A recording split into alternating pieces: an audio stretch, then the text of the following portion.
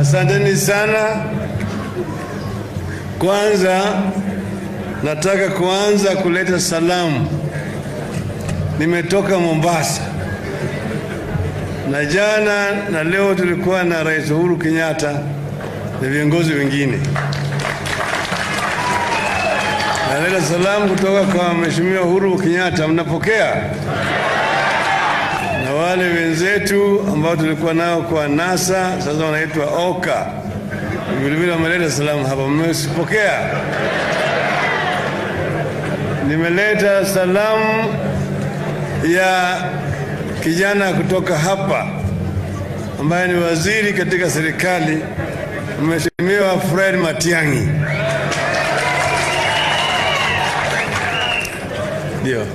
Jana tulikuwa na mkutano kule juu ya mambo ya kashfa ya COVID, mambo ya corona, na tukarifiwa na wataalamu juu ya hii shida ya corona ambaye ni kubwa zaidi, kubwa kabisa. Ukiona yale ambayo wataalamu walikuwa wametuonyesha, ndio sababu ikaamuliwa ya kwamba hali ya hatari itangazwe na endelezwe kwa siku 60. Ikawa hii mkutano ilikuwa tayari imeshapangwa, na tukapata habari ya kwamba wengine walikuwa washafika hapa. Hema ilikuwa tayari imeshawekwa hapa, na hata wanyama wengine zilikuwa tayari zimesalimu amri. Sasa ikawa ni vigumu sana ya kuahirisha.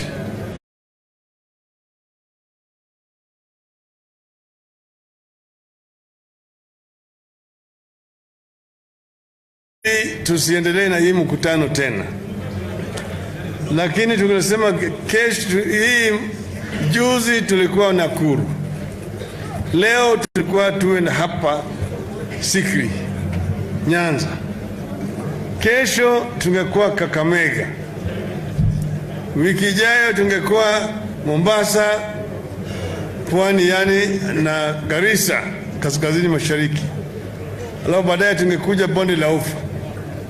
Lakini kwa sababu ya ile hali ya hatari ya corona tumeahirisha. Sasa hii ndio itakuwa mwisho. Kakamega haitakuweko kesho, lakini tutarudi baadaye. Niko na maneno machache nataka kusema kwa kimombo. Juzi nilipokuwa Nakuru nilitoa Azimio La Umoja, the declaration of unity of the people of Kenya. And I want to begin today by stating that we come here with a message of unity, reconciliation, tolerance, and hope. We said in Nakuru on Tuesday, and we will say it again here. We must cleanse our country of the spirit of anger and bitterness, the spirit of revenge and entitlement. We must continue on a path that reconciles, unites, calms, and stabilizes. Cannot work at the national level when it does not exist in the regions that make up our nation. And so we are here to make a start at home with the assurance that we intend to carry this to the national stage. Our desire to unite our people and the country, the Azimio La Umoja, is a noble and worthy cause. It deserves our support. Nyanza has done very well on the matter of unity, and I want to recognize and thank our people and our leaders for the family spirit that prevails here. The region is cosmopolitan. Different communities have lived peacefully in this region since time immemorial. Even in the most tense of moments in our country, The people of this region have soldiered on fairly peacefully, even when they embrace different political affiliations. We are here to encourage a continuation of this spirit and to strengthen it. But unity can only be as good as the purpose for which it is intended. This time, therefore, of the efforts the county governments have made to ensure a shared plan for the regional prosperity and stability. We are here to complement those efforts and to help do more. This region, like other parts of the country, is feeling the pain of COVID-19. People lost loved ones, incomes, and jobs. It is our wish that we use these losses and the pain as eye-openers on what we must do here and in other parts of Kenya to build resilient and sustainable livelihoods. Nyanza, as a region, is endowed with diverse resources.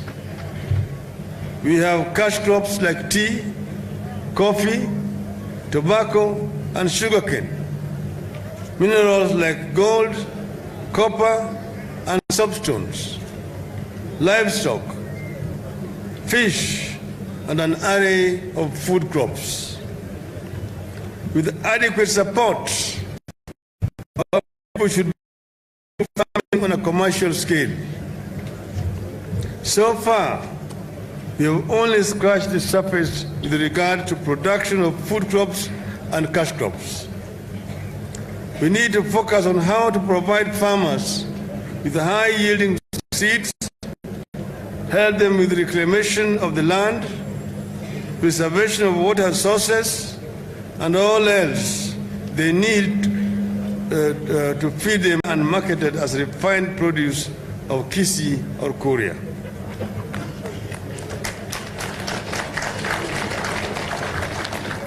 With a better and unified approach to development, we could drastically, but at very subsistence level. The dream of investment in skills and rural transformation for local industrialization could easily begin here. We can do more to sufficiently organize the informal food markets where food is bought and sold. Mothers don't need to make do with the congested spaces as they do today. We need innovative ways to address tribulations of rural women and the girl child, including access to credit, healthcare, and education, which are among the many challenges they face. Empowering women is key to the well-being of individuals, families, and overall economic productivity. We can do more to help the farmers transport food from where surplus is to where it is in short supply. Sugarcane farming, which has long been the lifeline of this region, has to be addressed comprehensively and changed radically. As it is today, sugarcane farming impoverishes instead of empowering the farmers. This region remains deficient in infrastructure, especially with regard to access roads to farms and markets and access to reliable and affordable electricity. Our capacity for blue economy remains grossly underutilized. Lake Victoria has much more to offer than just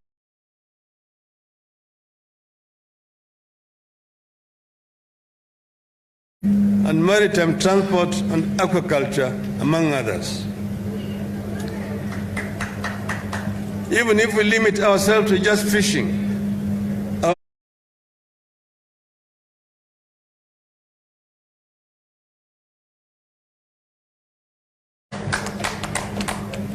as a region, We need to explore innovative ways to support the creation and the growth of small and medium enterprises, particularly youth-owned businesses.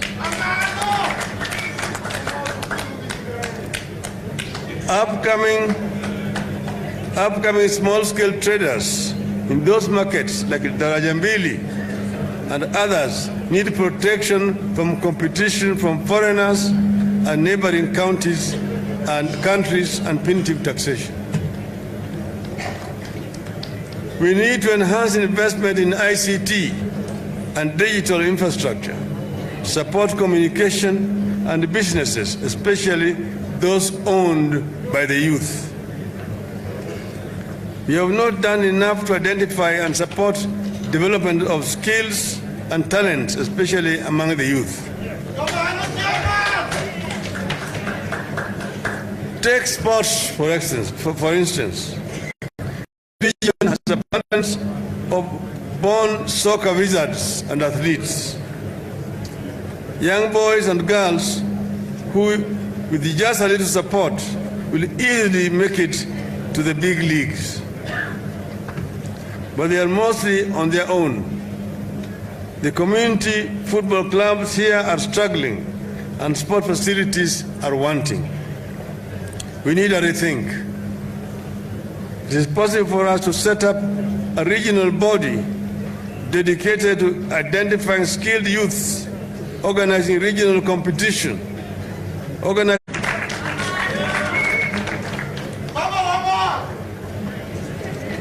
Awinji.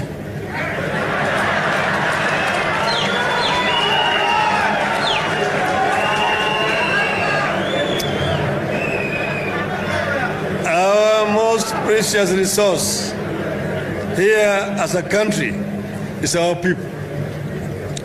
The healthier the people, the stronger we are, and better our ability to grow from our own efforts. We need to pool efforts and resources to ensure that the region has a robust primary public health care system, starting from the family level to the public health care delivery system as a whole.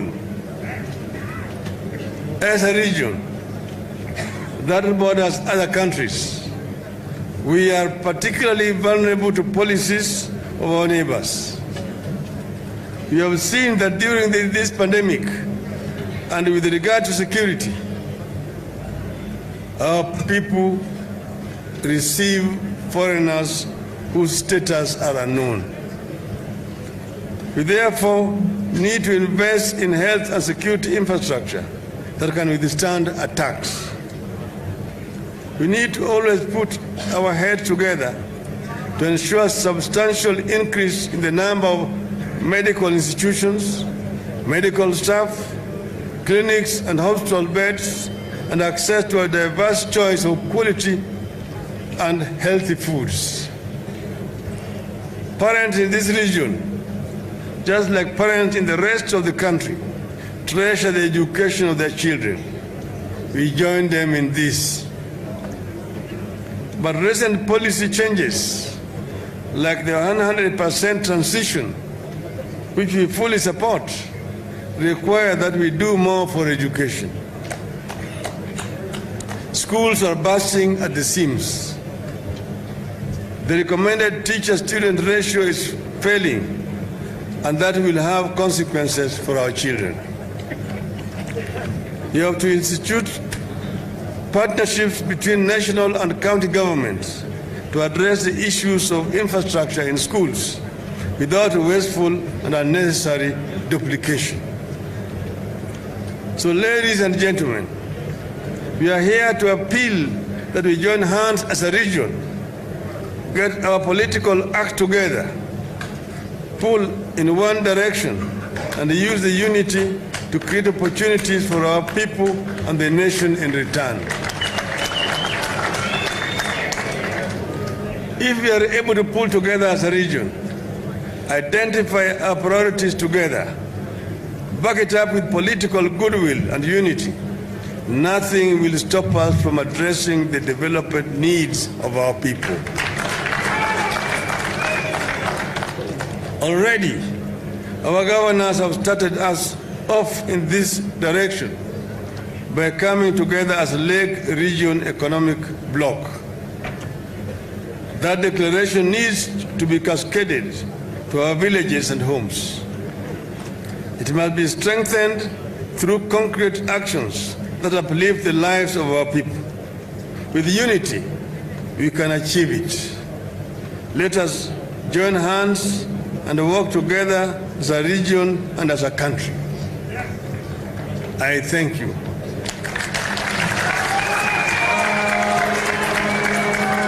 And we say, Inawezekana. Umoja. Umoja. Umoja. Umoja. Umoja. Asanteni sana. Thank you very much.